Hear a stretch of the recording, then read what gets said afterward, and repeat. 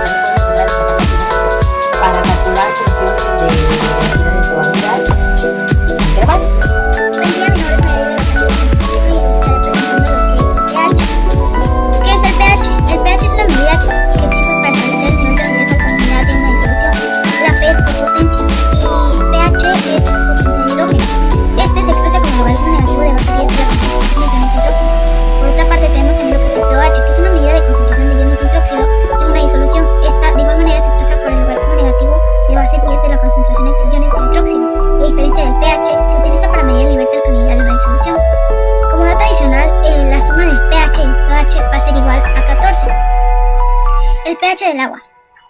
Un agua con un pH menor a 7 se considera ácida y con un pH mayor a 7 se considera básica o alcalina.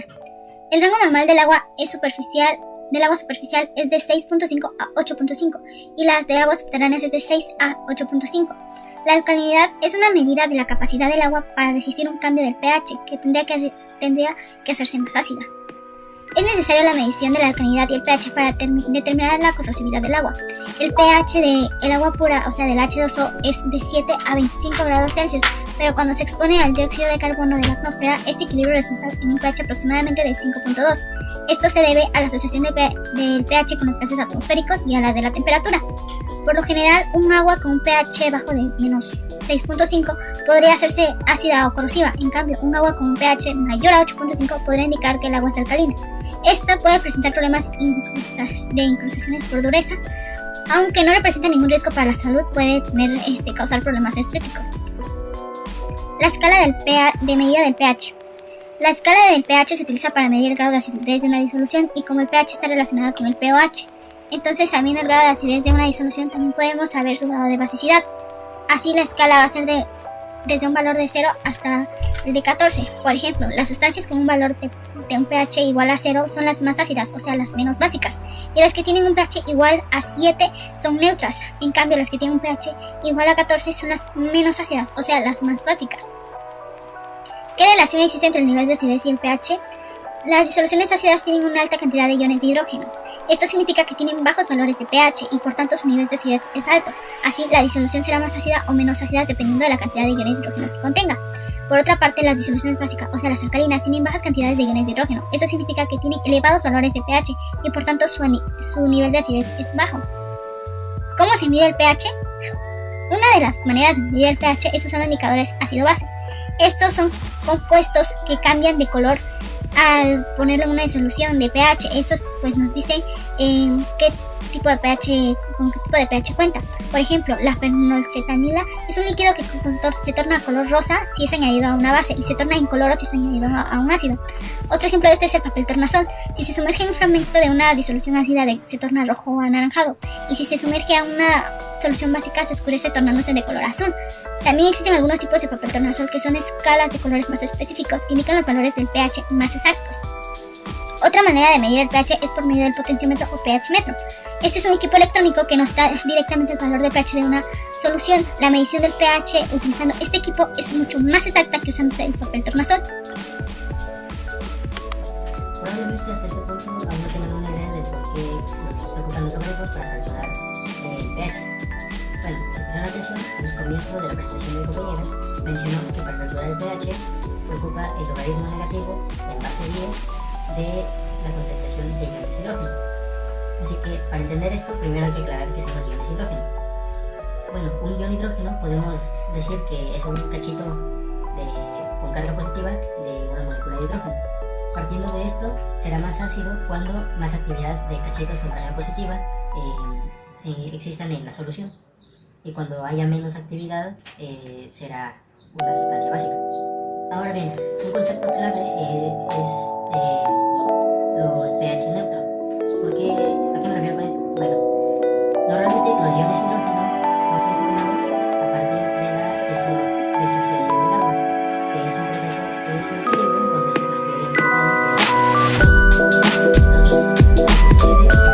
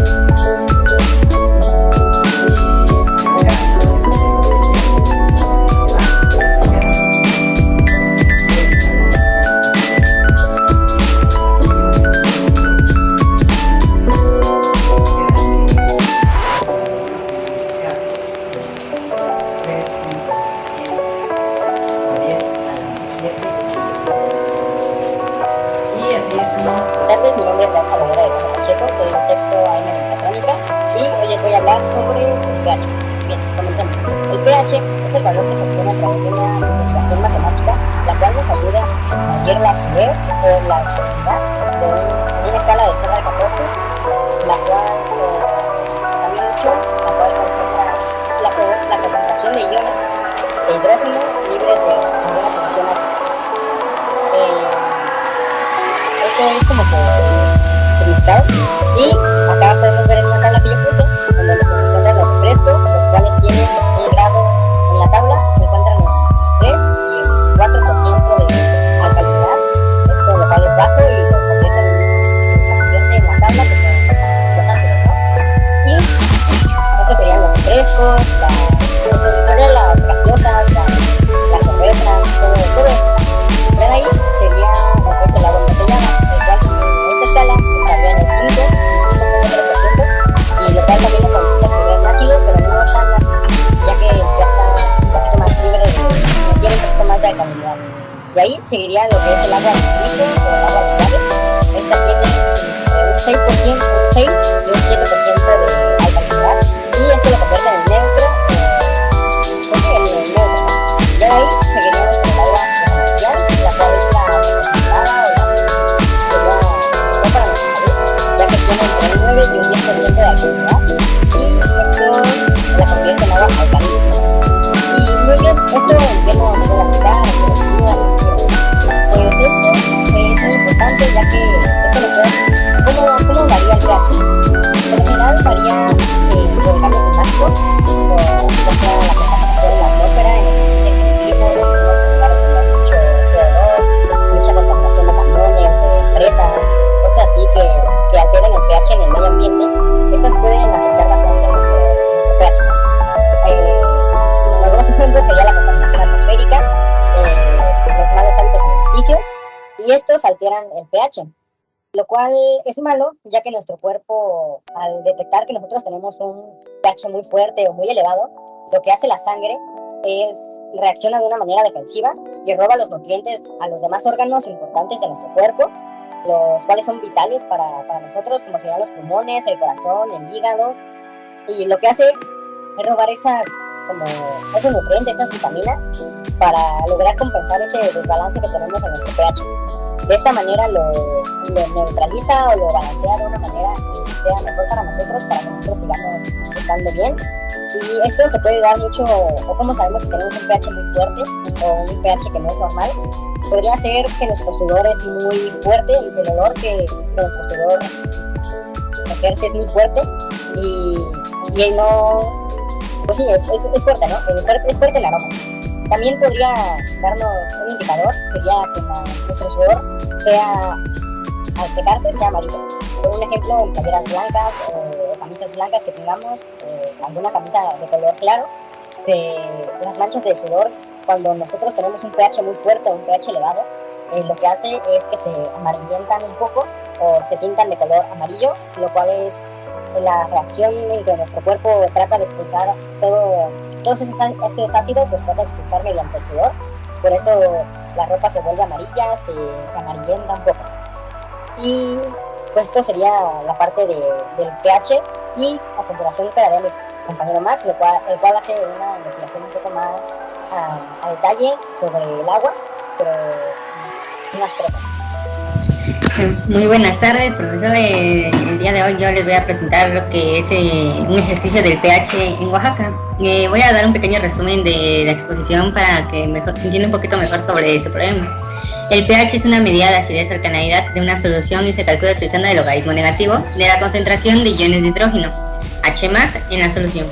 La fórmula general para calcular el pH es pH igual al logaritmo entre paréntesis iones de hidrógeno, donde H+ representa la concentración de iones de hidrógeno de moles por litro.